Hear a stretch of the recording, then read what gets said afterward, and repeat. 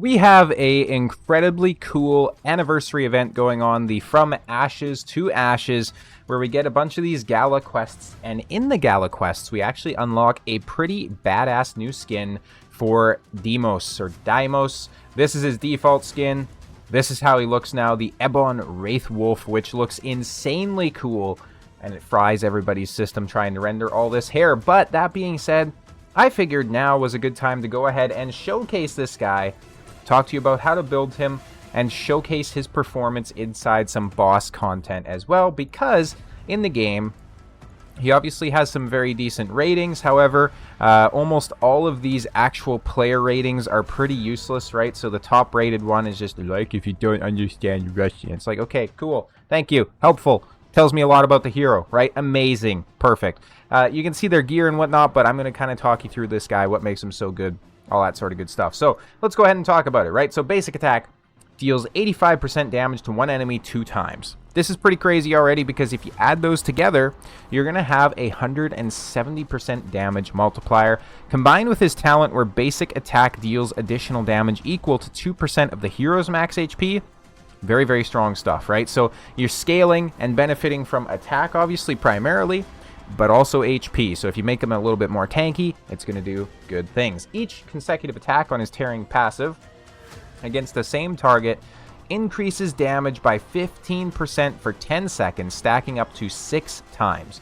The duration of the effect will not be refreshed after reaching the maximum number of stacks. Stacks will reset upon switching targets. So simply put, you're not going to be able to keep refreshing once you hit the full 6. It's eventually going to expire, and then you'll have to start stacking it up again.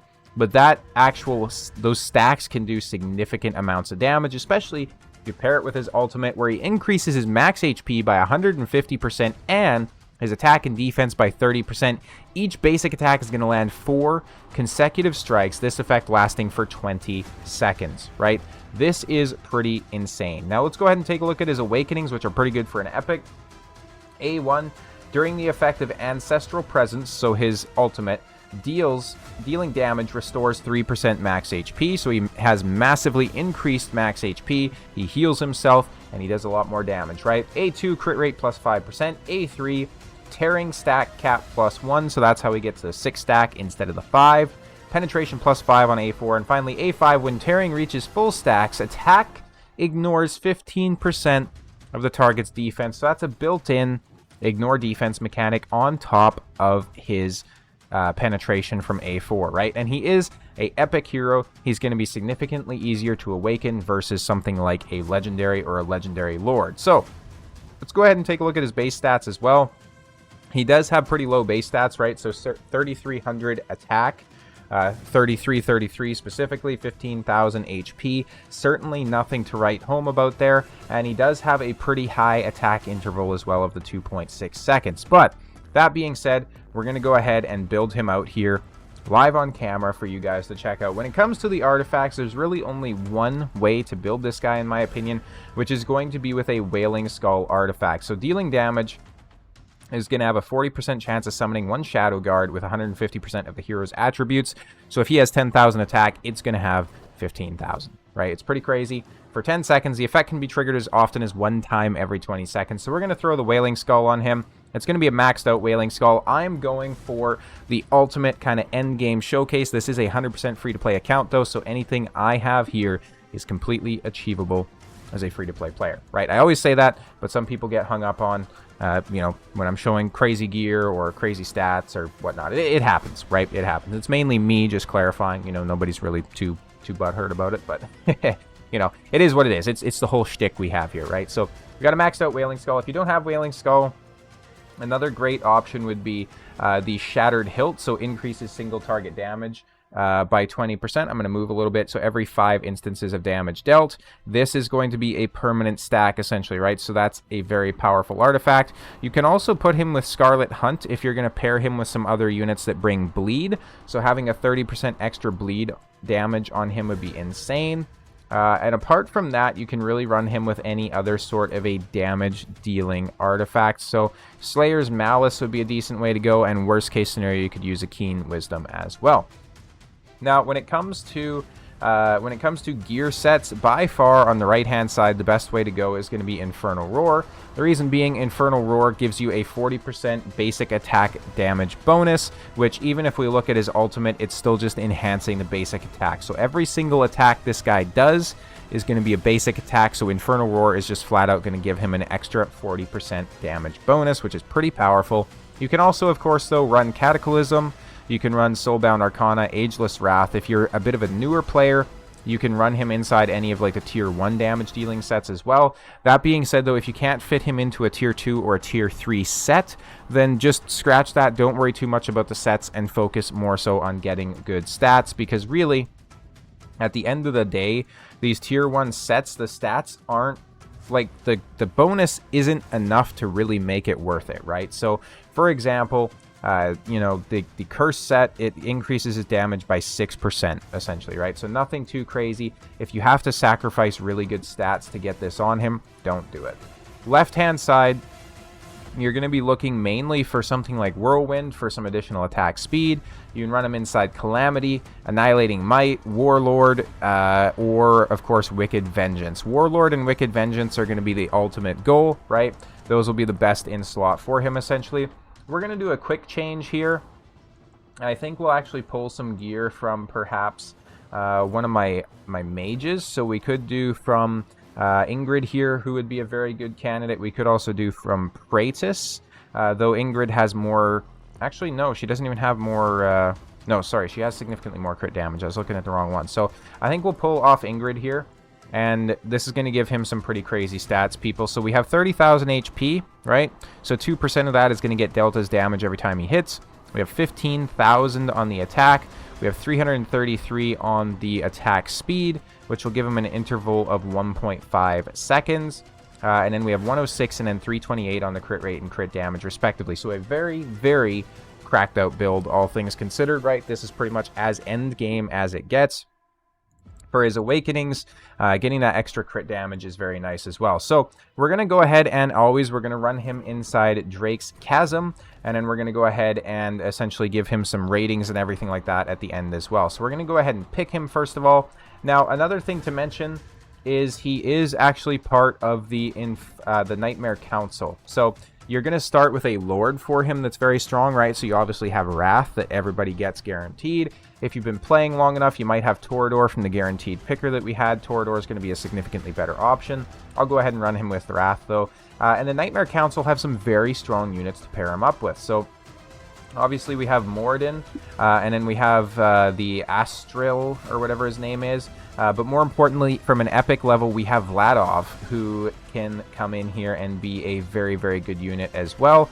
The reason being is on one of his effects here, so he has a chance to inflict bleed, right? So if you remember, essentially the artifact where we could put it on Deimos, where he's going to do more damage to targets inflicted with bleed, that's going to be the way that we can set him up to do that. Now, we are going to bring in another fighter unit. We're going to bring in maybe 1 or 2 more fighter units to really just show you a comparison. I don't specifically remember who's built. We'll bring in a Kagiri here, right? Just because, you know, why not? Actually, no, sorry, because I want to do this on auto so I can pop the ultimates as quick as possible, so we won't do Kagiri. I think my Twyla might have gear. Let's just verify. Yes, she does have gear. She doesn't have a crazy build, though, so she's honestly going to be very similar to him in terms of attack. But so you can kind of get like a good idea there of the damage differential between the two. Apart from that, I'm just trying to think if there's any other fighters I use. So we're going to bring in Wrath as the Lord here, just since this is a pretty accessible team, right? So we have an Epic Lord that everybody gets. You know, it doesn't get any better than that. We can maybe bring in... I would bring in an Arrogance or a Sun Wukong, but they're both A5, which makes it not exactly a very fair comparison. We do have a Salazar fusion going on, which is permanent, so... Perhaps we'll put Salazar in here as a comparison as well. Salazar is not even going to have a full gear set, though, so he has a random piece in here. But, yeah, Salazar will be perfect in there as well. Then, we're going to go ahead, we're going to throw in some healers here as always. So we're going to bring kind of a healing team around this. So, what we're going to want is we're going to want Eloin for some rage. We're going to want Diao Chan for inspo. We're going to want Pharisee for AoE damage reduction, and let's go ahead and test this, ladies and gentlemen. I am excited to see what Deimos can do, especially with gear that is as cracked out as this. So what we're going to do here is we're going to go ahead and start by placing down Diao-chan right here, switching her over to inspo mode, Elowen here, Pharisee here, right? And then we're going to place our Deimos here. We're going to place our Salazar here, and then we're going to place our Twyla over here. And we're also going to go ahead and do auto cast on the ultimates so that as soon as the ultimate comes up and is available, they'll be good to go. Now, with Deimos, one thing to consider is that he doesn't seem to have an initial rage that he starts at, so it does take him a little bit longer to cycle. But already, ultimates not being popped, you can see how significant the damage differential is, even versus legendary fighters, right? So he's got 3.6 million damage so far, over 4 million damage, which is double the damage that we see from Twyla. And again, keep in mind, Twyla has basically the same attack, more attack speed, right? So hypothetically, at least, she should be doing more damage. We have the ultimates popped here as well. So he's still absolutely hammering the boss with the ultimate. We're well over 8 million damage, and he's pulled away to being over 2 times higher damage than the next 2 fighters, right? Who, in fairness, Twyla is not inside inspiration range, so, you know, things will probably be different if she was. But he's got basically the same damage as Twyla and Salazar combined, and they both have very, very good stats.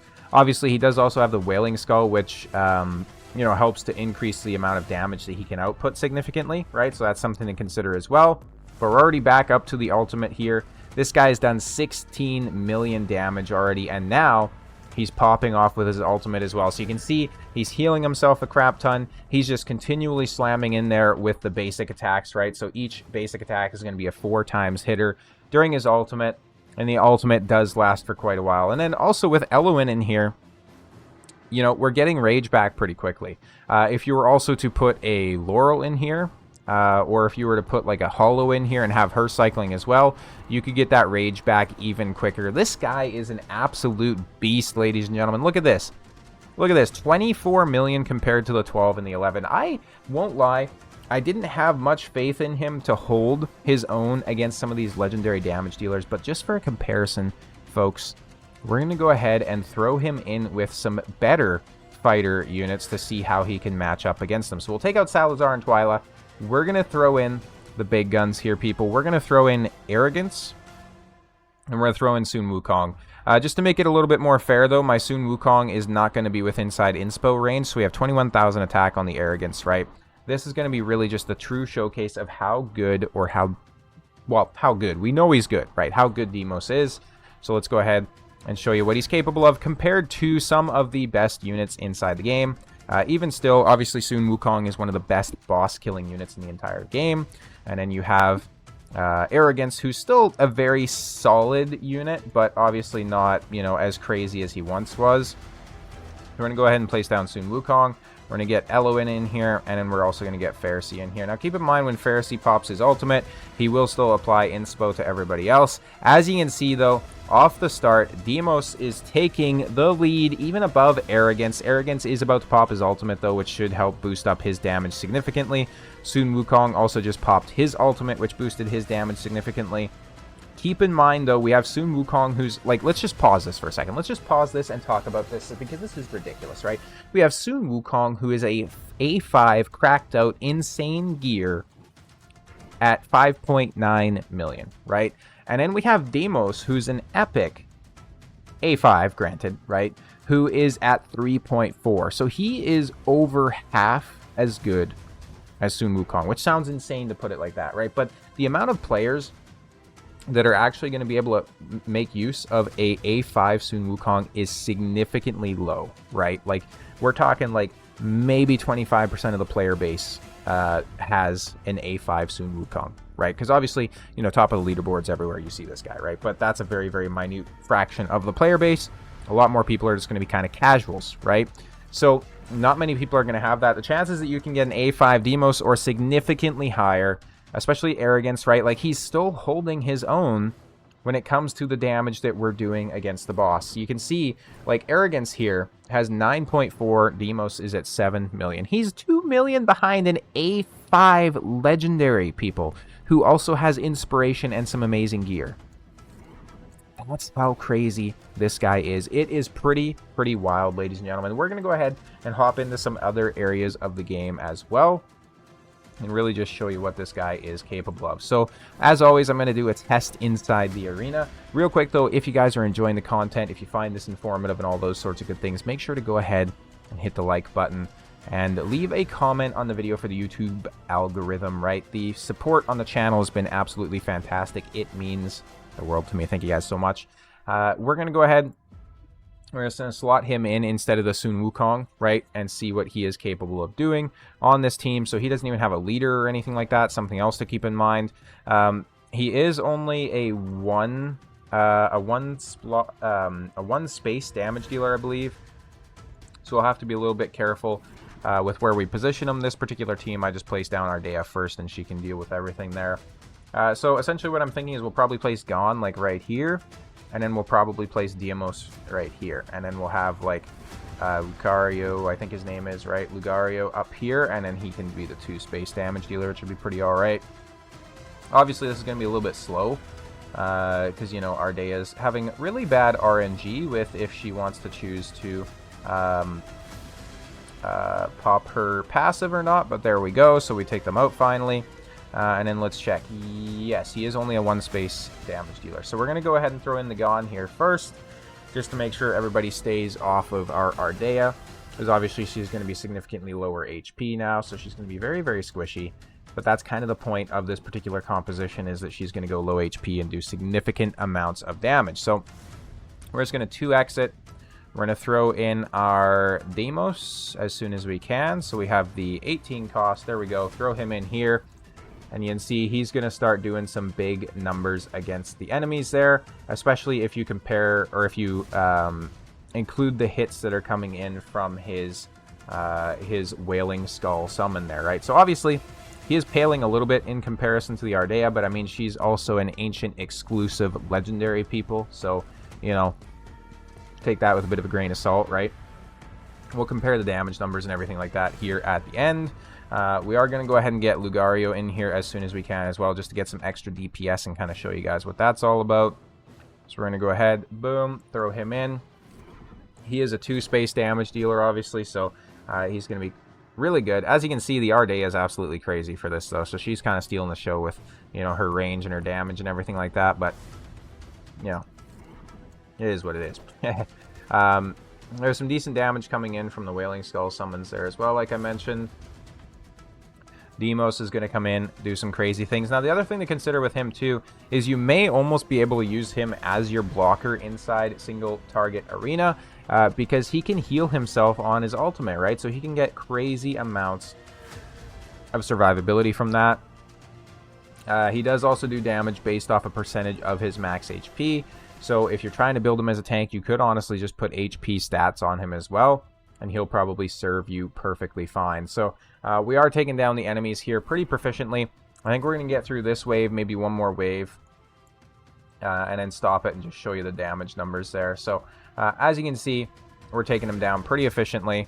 We're going to do one more wave, and then we're going to show you the damage comparison and just see how everybody stacks up here. And again, keep in mind that the other 2 damage dealers are ancient exclusive heroes, right?